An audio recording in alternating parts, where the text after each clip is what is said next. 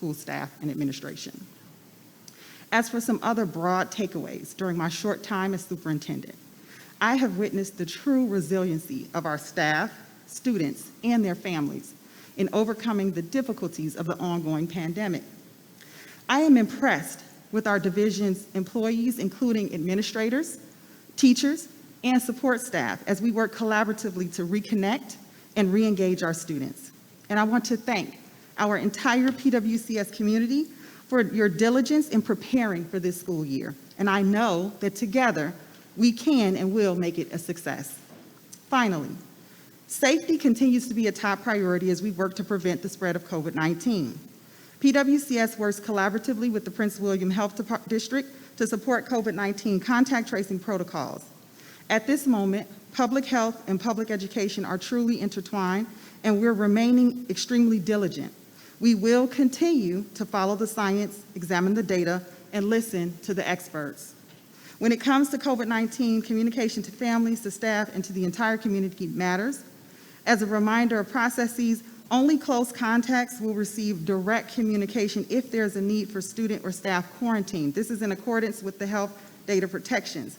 PWCS does not identify individuals who may be treated as having COVID-19.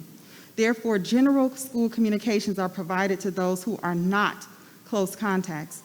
In addition, the school division has an anonymous tip line for reporting any safety concerns, including those related to health protocols, so that members of the school community have a way to come forward if they have concerns. That number is 703-791-2821 and can also be found on our website. At this time, I would like to invite Denise Hebner, our Associate Superintendent for Special Education and Student Services, to provide an update on the COVID-19 protocols for schools. Good evening, Chairman Lateef, Vice Chair Zargapur, members of the school board, and Superintendent McDade. Next slide, please. So this evening, I'm pleased to be speaking with you and sharing how we'll be implementing the interim guidance for COVID-19 prevention in Virginia pre-K-12 schools. If you'll notice on the slide above that it looks very similar to the previous guidance, at least the cover does. It's important to note that the updated guidance has a date in the bottom right corner. And so when you're looking at guidance and reviewing protocols, it'd be important to make sure that you have the most updated copy. This is available on the VDOE website, and we have many links to it as well on our website. Next slide, please. So the guiding principles do remain the same. Students benefit from in-person learning. We are putting education first, and we're focusing on prevention, considering the needs of our community, and we have been very flexible and innovative, and we continue to look for innovative and challenging ways to overcome challenges. Rather than seeing the problems, we are focusing on the solutions, because our students' safety and our staff's safety and well-being is our #1 priority. Next slide, please. In order to help our stakeholders and our staff members be informed, we have comprehensive information available on our website, so I do encourage everyone to take a look at the information available. Next slide, please. Under the interim guidance, our mitigation strategies, or the prevention strategies that are focused, is promoting vaccination, consistent and correct use of masks, physical distancing, which we do implement to the greatest extent possible, being that we do have 97% of our students back in our buildings. Screening testing is recommended, but it's not something that we are utilizing at this time. Ventilation, hand washing and respiratory etiquette, cleaning and maintaining health of facilities, excuse me. Staying home, so creating a culture of acceptable absenteeism when you are not feeling well, and making sure that you are getting treated by a healthcare professional, as well as contact tracing and collaboration with our health district. Next slide, please. So on this slide, you'll see some information about vaccination in Virginia. I'll give you a moment to review. Next slide, please. And there is the overall view of the state of Virginia as well, with Prince William County highlighted. Next slide, please.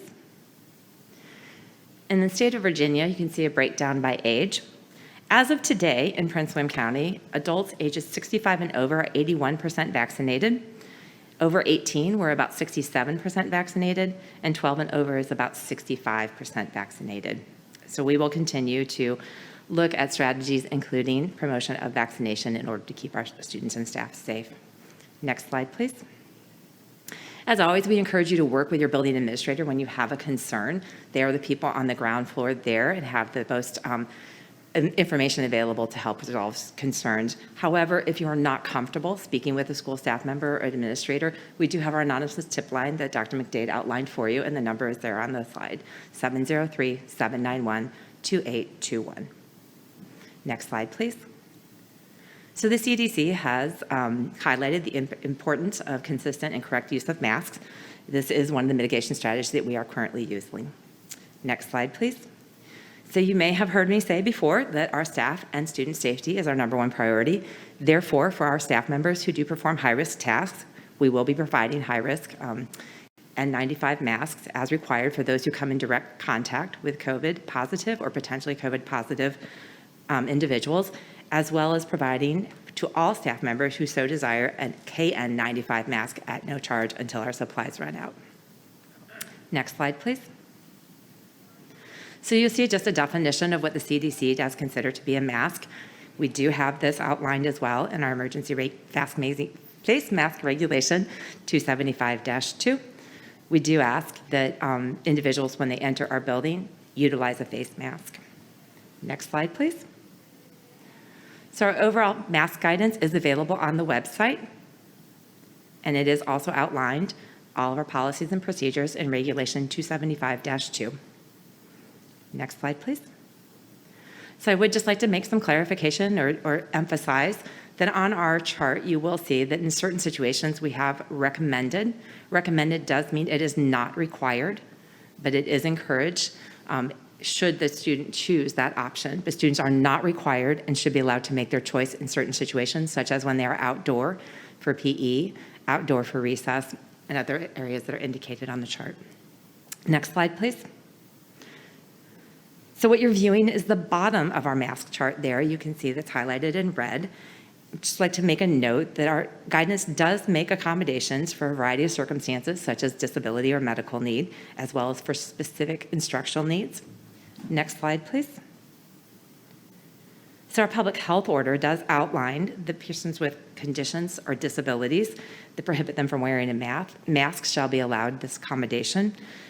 Any person who declines to wear a mask because of a sincerely held religious objection may also request a reasonable accommodation.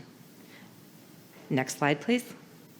And again, just to emphasize that we are consistent with the public health order, we have implemented processes for families to document and request religious and medical concern exemptions.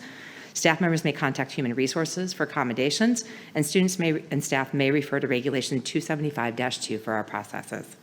Next slide, please. So you'll note the difference. Physical distancing is outlined previously last year. You remembered me standing here saying it all the time. We're going to stay 3 feet apart. It's required. We have to.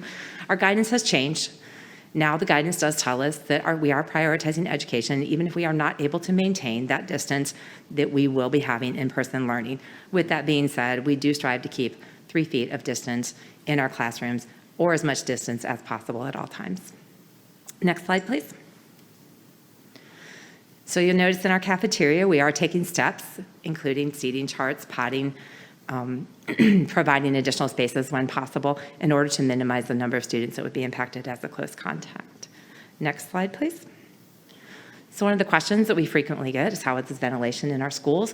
Our facilities team has done an excellent job. Site evaluations are conducted, and we are working to ensure that our equipment is functioning and is providing the highest level of proper ventilation.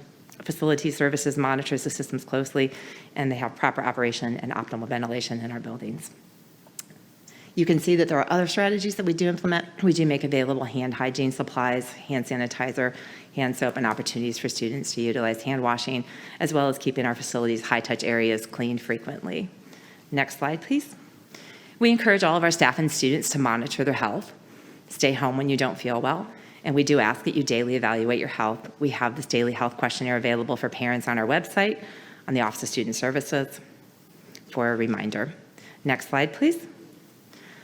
To help ensure that everyone has accurate information about when quarantine is possible or needed, or isolation, we have provided you with some links to the information on the Virginia Department of Health. I am going to again emphasize it is important to use the links rather than containing a PDF, because the materials do update frequently, and you'll want to make sure that you have the most recent guidance.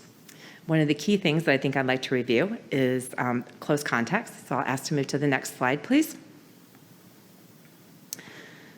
So there has recently been an update. On the 26th, we did receive a revision to what the close contact exception in K-12 settings is. So Virginia Department of Health and VDOE recognizes that we want to keep our children in person and learning, and therefore we do have the close contact that takes into consideration that children in classrooms that are within 3 feet or greater are not considered a close contact as long as masks are properly being used.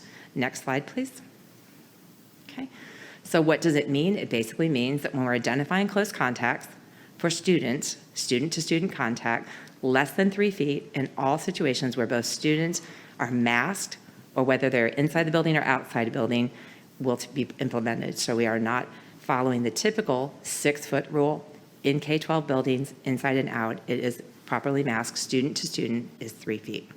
Adult-to-student remains the traditional close contact definition of 6 feet for cumulatively 15 minutes or more over a 24-hour period.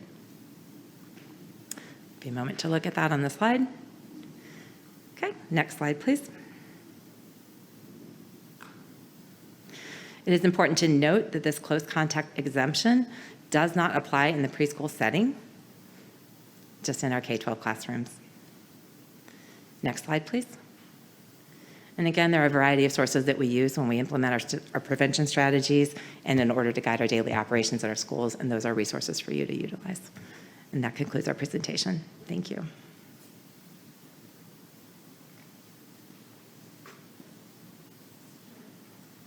That concludes Superintendent's time.